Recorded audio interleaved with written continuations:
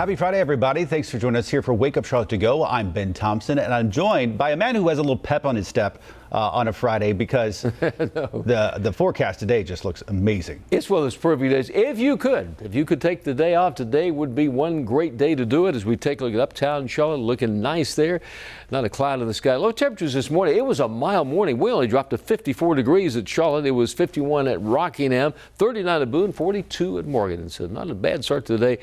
In the 70s again today, tomorrow, and Sunday, not too bad. Then next week it's a whole different situation. Cooler temperatures and rain, maybe beyond Monday. We'll check that out with our 7-day coming up in a minute. Let's talk about hour by hour. 10 a.m., 65 degrees right into the middle of the afternoon. Temperatures today should be in the mid-70s, maybe even upper 70s, close to 80 in a couple of spots out there as we check your 7-day forecast. 79 in the Queen City. We'll hit about 65 tomorrow, mid-60s again on Sunday. More clouds run over the weekend. Monday, it is going to be a chilly day, high only about 56. Remember, the average high is 62. Showers likely on Tuesday, a couple of showers Wednesday, more rain again on Thursday. The mildest day next week probably will be St. Patrick's Day with a high of 68. And that is your first one forecast, Ben. Larry, thanks. Turning to other top stories of the day. Governor Cooper announcing some changes to the vaccine rollout. Appointments opening up earlier for some and later for others. People with pre-existing conditions will now be eligible a week early on March 17th. That's a large group, too. It includes folks with asthma, diabetes, heart conditions, smokers, people who are overweight. You see the list there. Meanwhile, people who are homeless, in jail, or living in college campuses will also become eligible on the 17th. And the rest of the essential workers are actually getting pushed back a week. Appointments will not be open for them until April 7th. North Carolina schools will have just 3 weeks to begin reopening in person if they're not already. Governor Cooper just signed a new school reopening plan after it was passed unanimously by state lawmakers. Now all elementary schools will be in person up to 5 days a week. Middle and high schools can choose between a partial and full in-person learning. Schools must also continue to offer an all-virtual option for families. Mecklenburg County Health Department now bringing the COVID-19 vaccine to you if you can't leave your house. That includes anybody who has a disability or illness that makes them unable to travel. We have details on how to sign up right now in the WCNC app. Good Friday morning, Governor Cooper signed a $1.7 billion relief package to help those folks dealing with COVID-19.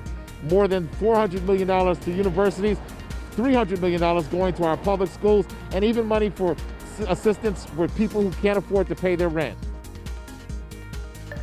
Last night, President Biden laying out his plan to vanquish the virus and get American life back to normal. He announced that by May 1st, he wants all states to make eligible every adult for a vaccination, to double the number of vaccination centers, and to enlist thousands more people like retired doctors and nurses to administer vaccines. He is hoping, and his goal is to have gatherings for Americans by July the 4th so we can enjoy those barbecues. He also says Americans, though, must remain vigilant.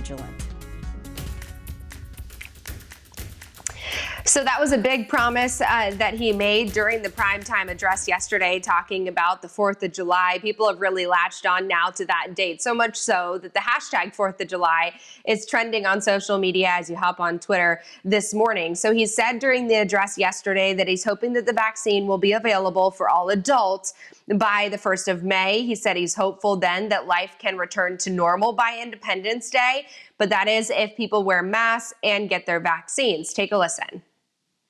Where we not only mark our independence as a nation, but we begin to mark our independence from this virus. But to get there, we can't let our guard down. A lot of people on social media say this is definitely something to celebrate. One person said that the president is invited to her cookout. Charles says pictures of picnics and fireworks are exactly what America needs to see right now. Some, though, are annoyed that the president is telling them that this is only a possibility. This person wrote on Twitter that Americans can decide if they want to celebrate or not. So let us know what you think. You can drop a comment below or use our hashtag WakeUpCLT later on social media. Back to you guys.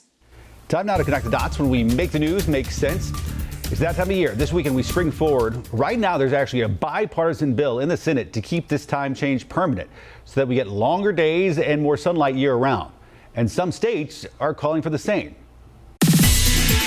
Days could be numbered for daylight saving. Let's connect the dots. Nationwide, there is an effort to stop the yearly traditions of springing forward and falling back. South Carolina, one of several states trying to do that, but Congress needs to sign off on any permanent change. Health experts argue the time change is bad for your health. Studies show the day after daylight saving begins, we're at a greater risk of heart attack, stroke, and even deadly accidents. On the flip side, one of the big concerns about a permanent change is safety. The already dark winter mornings could get even darker, making it dangerous for kids to be walking to the bus stop or even school. So for now, spring those clocks forward and maybe hit the streets an hour earlier Saturday night. And that is Connecting the Dots. And make sure you get outside today, take a walk, have a picnic, whatever it is. Go out there, enjoy it, because it's not going to stick around, as Larry told us.